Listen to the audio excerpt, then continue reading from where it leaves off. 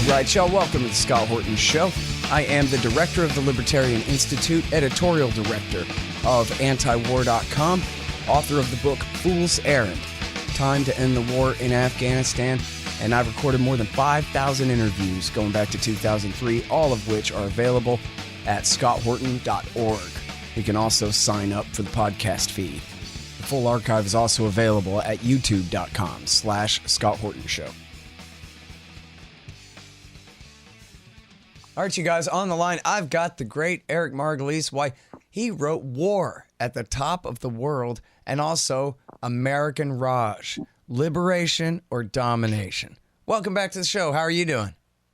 I'm fine, Scott. I'm doing too many things and, of course, watching events in the Middle East with constant interest. Mm-hmm. Yeah, there's so much going on, but I want to talk about history. 30 years ago, last weekend, was the fall of the Berlin Wall. And so that was about a year into the initial beginnings of the breakup of the USSR. I think it was in the fall of '88 was when they first let people across the fence from Hungary into Austria, was it? Oh, I don't remember the exact date, but I remember the event vividly because I was in Europe when that was happening. I had been covering the Soviet Union, a fascinating period, at what the French call fin de régime, or the end of the regime in Moscow. All kinds of things were happening. I was the first journalist to get into KGB headquarters and interview the heads of the KGB. I saw things that people hadn't seen before.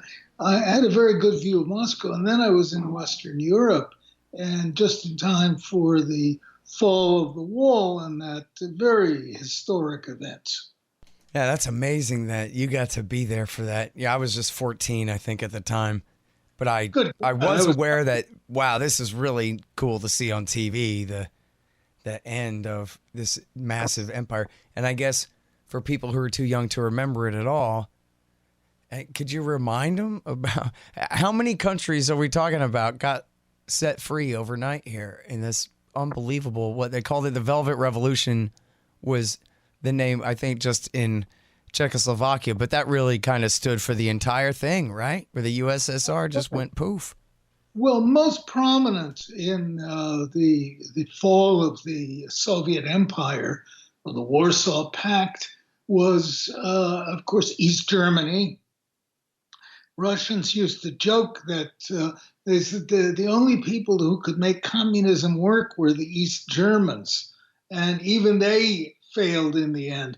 The Czechs, Hungarians played a very important role, and of course the Poles, who we mustn't forget, who really kicked the events off with the blessings and guidance of Pope John Paul.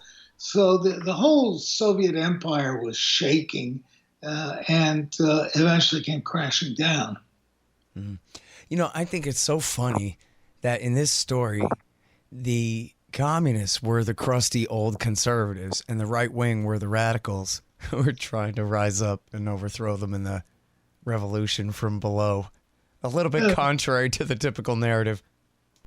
It is indeed. The Soviets had become the force of reaction in the world, and their sins caught up with them.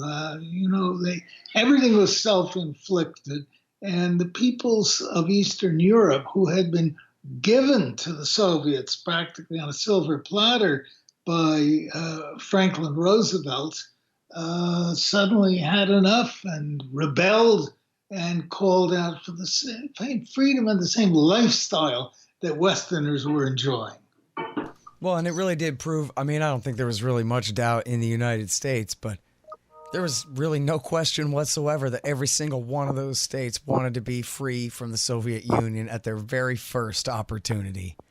They weren't part of that alliance or communist system willingly at all.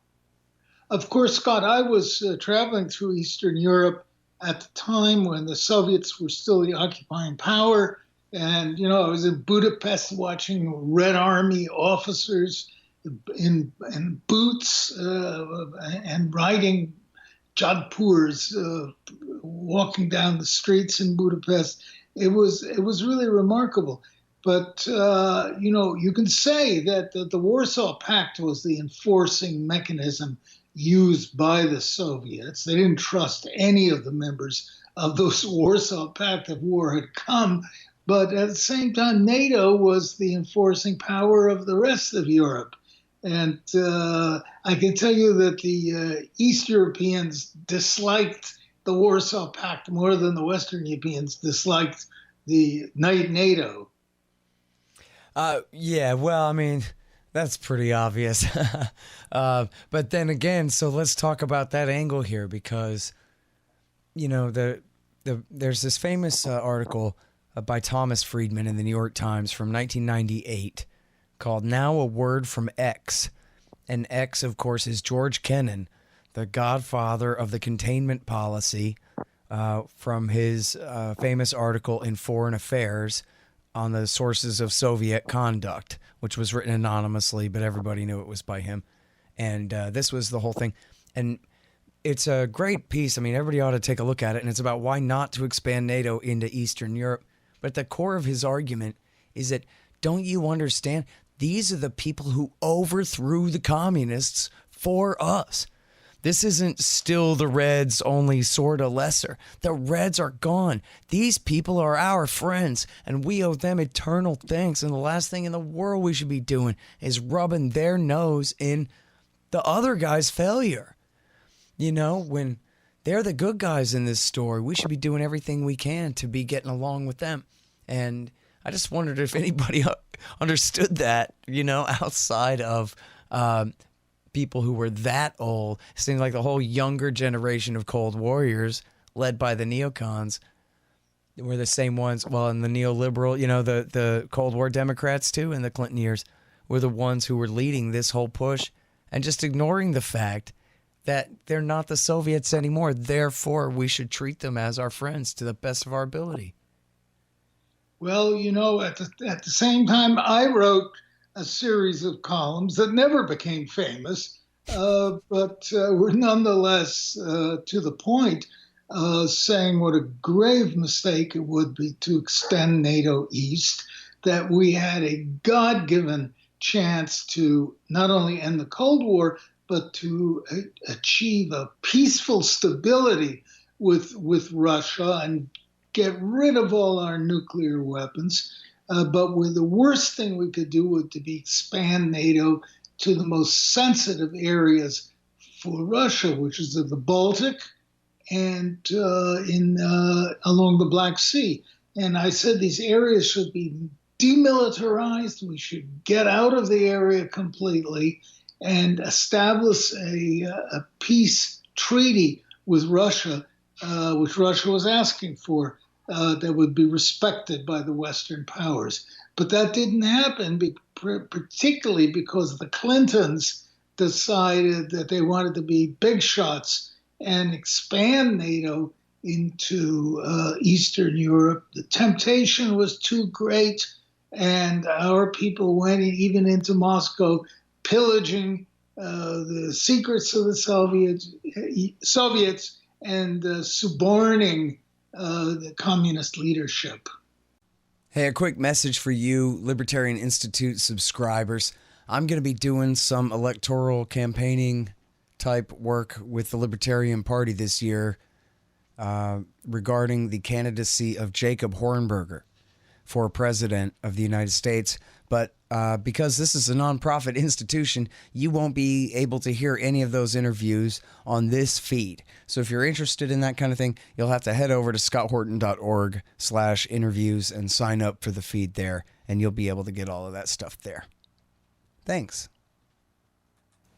You know what's a book I'd like to publish would be a collection of all your writings from, like, say, 1988 through now. Well, no, sorry, through, say, Clinton years, through, from the end of the Cold War through the beginning of NATO expansion in the 1990s. You happen to have those archives? We're going to have to go to the Star and ask them to cough them all up. I have all the articles. In fact, I'm just in the process of putting them on the internet they were all erased when a newspaper I was writing for, under the influence of the neocons, had all my old articles pulled off the internet. Well, they're coming back, and there are a lot of them too. But I think it's a great idea, Mr. Publisher. Thank you. You want to do that? I mean, it'll have to wait until next year because I'm kind of a little bit busy writing mine right now. But after that, I think that'd be great if we could just get all of the Russia-themed stuff from that era. That just seems like a great book. We could call it "I Told You So, You Stupid Dummies" or something great like that. Yeah. And man, would I like to read that stuff. See, I'm just selfish. I just want a chance to have all that stuff collected in one place so I can read it myself. That's all. Scott, I went through the entire Cold War, and I even have a certificate on the wall of my office signed by Donald Rumsfeld, proclaiming me a Cold Warrior. And that was when he was the Secretary of Defense under Ford? Yes, that's correct. Wow. So that's my Cold Warrior certificate. So I keep it up to amuse myself. But, I remember when I first went to Moscow on my first trip, I was flabbergasted. I looked at all the Russians. I said, my God, we were going to go to war against these people. We were going to start a nuclear war. I couldn't believe it. And to this day, I still can't believe that we were so belligerent and that they were so belligerent in a war. And we came so many times within a whisker of actually getting into a real nuclear war. Yeah. It's this whole level of unreality. I actually was just talking with Daniel Ellsberg right before you here today, and that's what we were talking about. Part of our discussion is about how that whole situation remains. We still have thousands of hydrogen bombs, enough to quite literally destroy all but the very smallest number of humans who would have to start our entire species all over again like we'd just been hit by an asteroid. And what's the justification for this? Absolutely nothing other than it's a government program that we've got, and so we have to keep it and expand it, and that's it. It's a primitive childishness. We need enemies. I read Ellsberg's latest book. It's very good. And he points out in it, too, that if we went to go war against the Soviets, that the strategic plan was also to nuke all of major Chinese cities, right, in case they might be enemies, too. It's really scary. Yeah, I mean, I think the way he puts it is if, the trigger had been pulled in Berlin, that would have necessarily, no matter what, it was built in. There's just the one blue binder or whatever it is. And in there it says we nuke every city in China. That's right. I mean, and he changed that. That was his first job, was to rewrite that plan to make it less worse. But still, as he was just pointing out on the show, even a very limited A-bomb war between India and Pakistan right now could kill billions of us. Well, so it says in my first book, War at the Top of the World. That's what it's about, the primary threat to India and Pakistan. And we're back to the same danger today. Yeah, we are. Well, and so, okay, let's talk about Kashmir for a minute. What can you tell us about the recent changes in the status and, I guess, the backlash as it's played out since the announced change? Do you have an update for us? India has a new right-wing government whose basis, his foundation, was a Hindu fascist organization called the RSS that was started really during the fascist period. It is the new Indian Prime Minister, Modi, is an ardent RSS member. He's very much to the far right of Indian politics. He hates Muslims. He was the governor of Gujarat state. And what he's done, as he promised, was that when he came into power, he revoked the status of Kashmir, which had sort of a tissue, a veil of semi-independence. It was called an independent state. And he revoked this, is now splitting it into two parts to the fury of the inhabitants, particularly the Muslim inhabitants, who are the majority. And he is trying to crush the life out of any Muslim movement and out of the religion, religious practices. He's really stirred up a hornet's nest. And of course, this has exacerbated tensions between India and Pakistan. And as usual, fighting is resumed along their mutual border in Kashmir. Does it go without saying that if they really did have a war, that China would definitely jump in on Pakistan's side?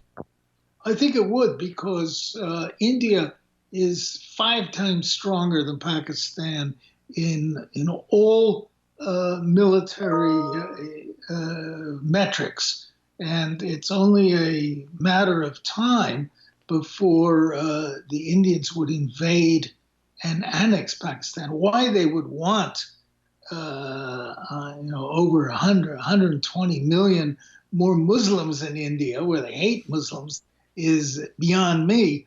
But there's a great uproar in India about recreating Mother India. The movement is called Hindutva, Hinduness, and they believe that India was severely wronged by the 1948 division by Britain, and that they want to restore the greatness of totally integrated Mother India. What's going to happen to the Muslims in India, whose plight is already serious, is not clear. Yeah, man. All right. Now, let's get back to the fall of the Soviet Union some more. Yeah. Because that's so interesting. And you wrote this great article.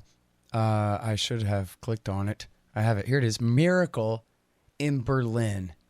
And, good. I wanted to bring up Mikhail Gorbachev and his role. If you could describe a little bit about how this all happened at the time there. And then I kind of want to ask you about some of the things he's been saying lately, too. Well, at the time, Gorbachev became party secretary because the Communist Party was suffering from sclerosis, and it needed somebody young it was looking for a Soviet Kennedy or something because remember, its 3 previous party secretaries had died or become infirm due to age and illness. So Gorbachev came along, and here was a man who was really a remarkable man. He was a humanist. He was very decent. He was a man with good ideas that sometimes were a bit fuzzy, but his instincts were right. And he wanted to sweep away the last vestiges of Stalinism. His program of glasnost and perestroika, openness, truthfulness, was designed to revitalize Soviet society and make it very close to the West. Gorbachev really wanted to integrate Russia into the West, as have previous Russian reformers. So he succeeded in remarkably, guided by his foreign minister, Edvard Shevardnadze, who I also knew, a Georgian. Shevardnadze and Gorbachev proceeded to upturn the Soviet apple cart.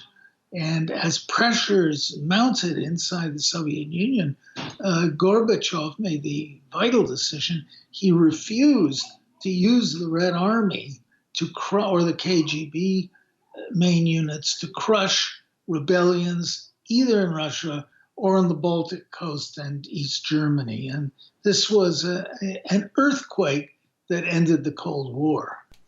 And so, but in previous history, when there had been uprisings in, say, Czechoslovakia, Hungary, and Poland, the Soviets had crushed them, right? But this time they just didn't. That's right. They just sat there and did nothing. And the Red Army commanders were demanding that action be taken. Interestingly, the KGB, I interviewed the leaders, as I mentioned, the KGB really was somewhat supportive of Gorbachev. They were disgusted by the Communist Party. They told me, they said it's old, it's rotten, and stupid. Those are the words that were used. And they said the Communist Party is going to wreck the whole country and take us down with them. So the KGB, even though it's vilified in the West, was actually the younger reformer element at the end of the Soviet Union. And they wanted out. They wanted the end of communism. They wanted to become a more modern European party. They knew what was going on in Russia. So, and they were the cream of Soviet society, and they traveled to the West, and they knew.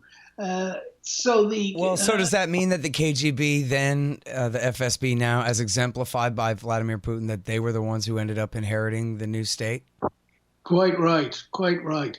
The KGB staged a coup against the successor to Gorbachev, Boris Yeltsin. Yeltsin was drunk most of the time. He was right under the thumb of American advisors, both financially and politically, and he was incompetent.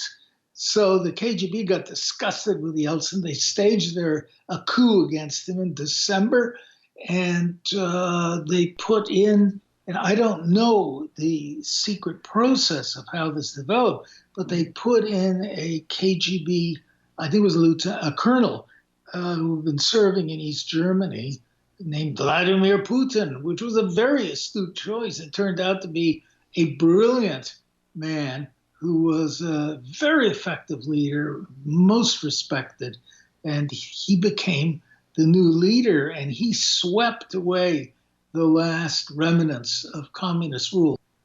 And so now, in Putin's government now, in just the last 2 minutes here, and I'm sorry because I got a hard deadline, but in your estimation, someone who really has so much experience with Russia during the days of the Soviet Union and since as well, do you think that really he's the threat here, or it's the U.S. and NATO expansion and all these things that we talked about that's really caused the crisis? I think it is not Putin who's a threat to the United States. We should be lucky that we have him because he's sensible, he's conservative, and he's not reckless. He's very careful in what he does. What would be much worse is to have a so-called democratic leader there who is reckless and has all these nuclear weapons. So no, we're lucky to have Putin. And in my view, he's not the threat. The threat is coming from the American and British military-industrial complex, which is trying to crush the modern Russia and break it up into pieces. All right. Well, listen, I'm so sorry that I have to go here, but it's so great to have you on. And I think, maybe the next time we talk, we'll talk a little bit more about the new Cold War and the way things are shaping up now, because I have questions. Oh, and it sounds like you've got to go anyway. Thank you very much, Eric. Appreciate it. Thank you, Scott. All right, you guys, that is the great Eric Margolis. He wrote War at the Top of the World and American Raj, Liberation or Domination. They're both so good. Believe me, they're just incredible. And you can find all of his articles at ericmargolis.com. Oh, spell it like Margolis. ericmargolis.com. All right, y'all, thanks. Find me at libertarianinstitute.org, at scotthorton.org, antiwar.com, and reddit.com/Scott Horton Show. Oh, yeah, and read my book, Fool's Errand, Time to End the War in Afghanistan, at foolserrand.us.